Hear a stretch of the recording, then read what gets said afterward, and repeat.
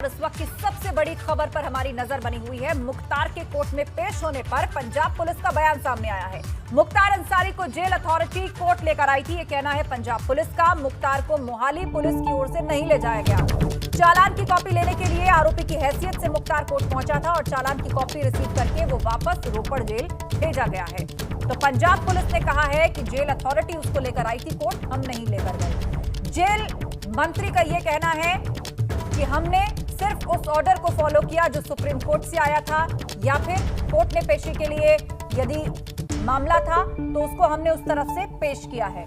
बाकी की जो कार्रवाई है या जो पार्टी है वो पुलिस है, हमें इस बारे में कुछ नहीं पता। तो कुल मिलाकर एक दूसरे पर जिम्मेदारी डालने की कोशिश पंजाब में होती दिखाई दे रही है। पुलिस ये कह रही है, जेल विभाग ये कह रहा है, और ये वो तस्वीर जब मुख्तार अंसारी व्हीलचेयर पर बैठकर पहुंचा कोर्ट चालान रिसीव करने।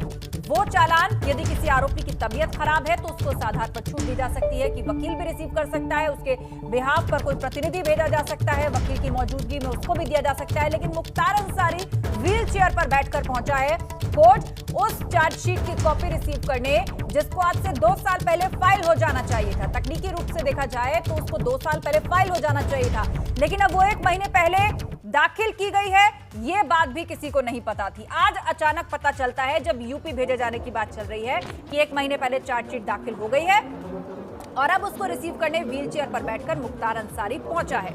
ये पूरा घटनाक्रम कई सवाल खड़े करता है। क्या ये सुप्रीम कोर्ट के हालिया आदेश से बचने के लिए या समय और आगे खींचने के लिए जानबूझकर किया गया कोई पैतरा है? व्हीलचेयर पर बैठकर मुख्तार अंसारी चार्जशीट की कॉपी रिसीव करने पहुंचा है।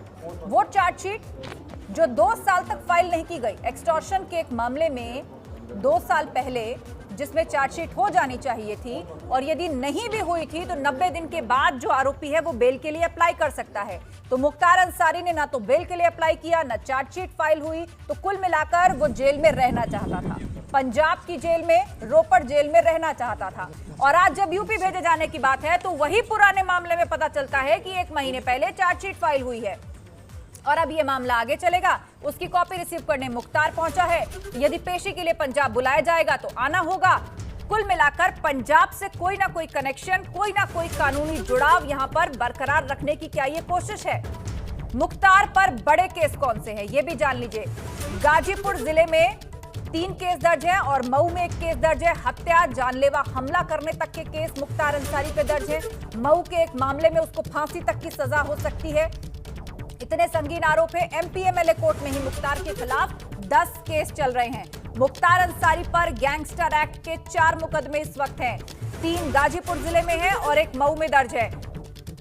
2017 में हुए विधानसभा चुनाव में 5 मामले हत्या और 5 ही मामले में हत्या का प्रयास का भी मुकदमा दर्ज है। 1988 में पहली बार हत्या के एक मामले में मुख्तार का नाम सामने आया था। 1996 में पहली बार विधायक बना और लगातार 5 बार से विधायक है। 2005 अक्टूबर में मऊ में हिंसा भड़की और इसको भड़काने का आरोप मुख्तार पर है। 16 केस दर्ज हैं। 2007 में जो चुनाव हुए उसके बाद बाकायदा एफिडेविट देकर उसमें इस बात का जिक्र है कि इतने मामले, 16 मामले उस पर दर्ज हैं। 2007 में मुख्तार अंसारी और उसके भाई अफजाल बसपा में शामिल हो गए। मायावती ने मुख्तार को गरीबों का मसीहा तक एक बार कहा था। बसपा के टिकट पर 2009 में लोकसभा चुनाव वाराणसी से लड़ा, हालांकि हार गया। 1996 में मऊ विधानसभा सीट से बसपा के टिकट पर भी वो चुनाव लड़ा। 2002 और 2007 के विधानसभा चुनाव में मुख्तार अंसारी मऊ से निर्दलीय विधायक रहा। 2007 में मुख्तार और उसके भाई अफजाल दोनों ने बसपा को ज्वाइन किया। मायावती एक बार खुद उसको गरीबों का मसीहा तक करार दे चुकी हैं। मुख्तार ने अपने भाइयों के साथ मिलकर कौमी एकता दल बनाया। 2012 में विधानसभा का मऊ से चुनाव जीता। 2017 में बीएसपी के टिकट पर लड़ा। अपने भाइयों के साथ मिलकर कौमी एकता दल नाम की एक पार्टी बनाई। 2012 में मऊ विधानसभा से चुनाव जीता मुख्तार। 2017 में बीएसपी के टिकट पर विधायक बना। मुख्तार ने अपने भाइयों के साथ कौमी एकता दल बनाया। इसकी पूरी क्राइम कुंडली और अब तक का राजनीतिक और क्रिमिनल इतिहास वो हम आपको इस वक्त बता रहे हैं। और आज ये तस्वीरें मोहाली कोर्ट की, जहां पर पहुंचा मुख्तार अंसारी व्हीलचेयर पर बैठकर चार्जशीट की वो कॉपी रिसीव करने जिसको 2 साल पहले फाइल नहीं किया गया। उस पर भी बहुत बड़ा सवाल है, क्यों नहीं किया गया? क्या मंशा थी? क्या भविष्य के लिए कोई भूमिका तैयार हो रही थी? ये वो तमाम बड़े सवाल हैं। मुख्तार के टॉप 10 केस भी जान लीजिए। आजमगढ़ तरवा थाने में हत्या और साजिश का केस मुख्तार पर दर्ज है। गाजीपुर के मोहम्मदाबाद में हत्या की कोशिश और साजिश का केस उसके ऊपर चल रहा है। गाजीपुर में ही फर्जी तरीके से शस्त्र लाइसेंस लेने का मामला मुख्तार पर।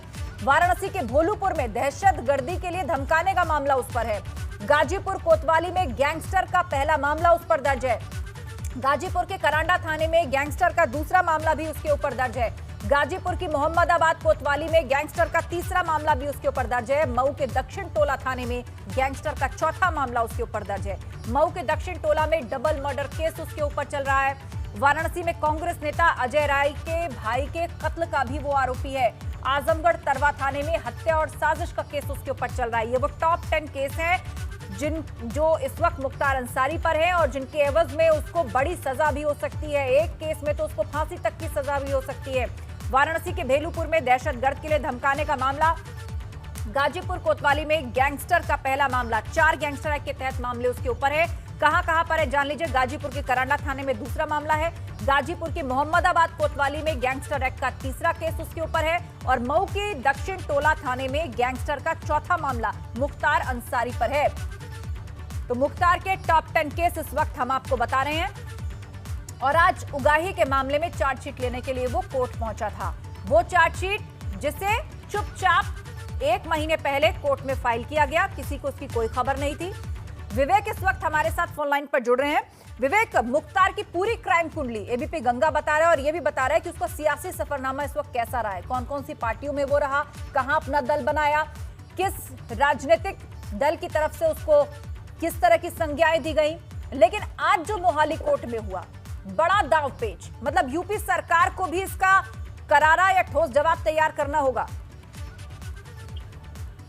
निश्चित तौर पे आप सही कह रही हैं कि यूपी सरकार के लिए ये एक बड़ा आश्चर्यजनक स्टेप है कि किस तरह से यूपी सरकार ने जिस तरह से मेहनत करके तमाम चीजों को जुटा सुप्रीम कोर्ट।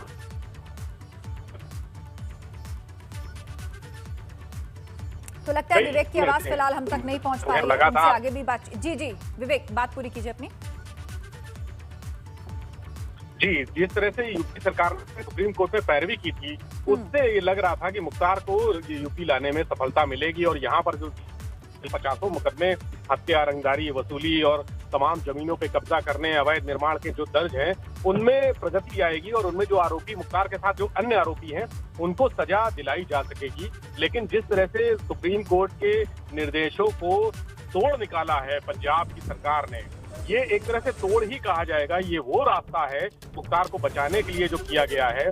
उन्होंने 1 महीने पहले ही जब वहां जो मुख्तार के वकील जो सुप्रीम कोर्ट में पैरवी कर रहे थे, उनको ये लगा होगा कि सुप्रीम कोर्ट का रुख अब की बार मुख्तार को किसी भी तरह की रियायत देने के मूड में नहीं है। सुप्रीम कोर्ट किसी भी तरह से उसके पक्ष में फैसला नहीं आ सकता है और अब की बार मुख्तार को पंजाब से यूपी जाना ही पड़ेगा। उसके बाद ये स्टेप लिया गया होगा कि अगर जिस तरह से सुप्रीम कोर्ट ने कहा था सुनवाई सुरक्षित कर ली थी, सुनवाई करके फैसला अपना सुरक्षित कर लिया था, तो वकीलों को लग गया था कि अब मुख्तार के पक्ष में फैसला नहीं आएगा और उसको आज या कल या 4 दिन बाद या हफ्ते भर बाद यूपी जाना ही होगा। तब ये एफआईआर में जो पुरानी एफआईआर थी, जो करीब 2.25 साल पहले जो एफआईआर, बिल्कुल और उसी को आगे करते हुए एक नया पैंतरा चला है। अब देखना होगा कि यूपी सरकार इसका क्या जवाब देती है।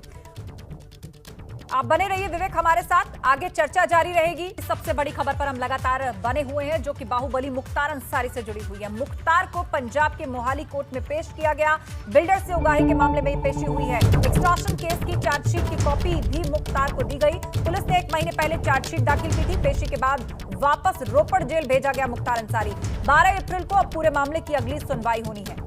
तो कुल मिलाकर आज यूपी नहीं आएगा मुख्तार अंसारी। रंगदारी के केस में चार्जशीट लेने के लिए मुख्तार आज कोर्ट पहुंचा था। मोहाली कोर्ट में चार्जशीट लेने व्हीलचेयर पर बैठकर मुख्तार अंसारी पहुंचा। आपको बता दें, पुलिस ने 1 महीने पहले चार्जशीट दाखिल की थी। मुख्तार को जेल प्रशासन कोर्ट लेकर पहुंचा था। आरोपी की हैसियत से कोर्ट लेकर पहुंचा था मुख्तार और चालान की कॉपी भी उसने खुद ही रिसीव की।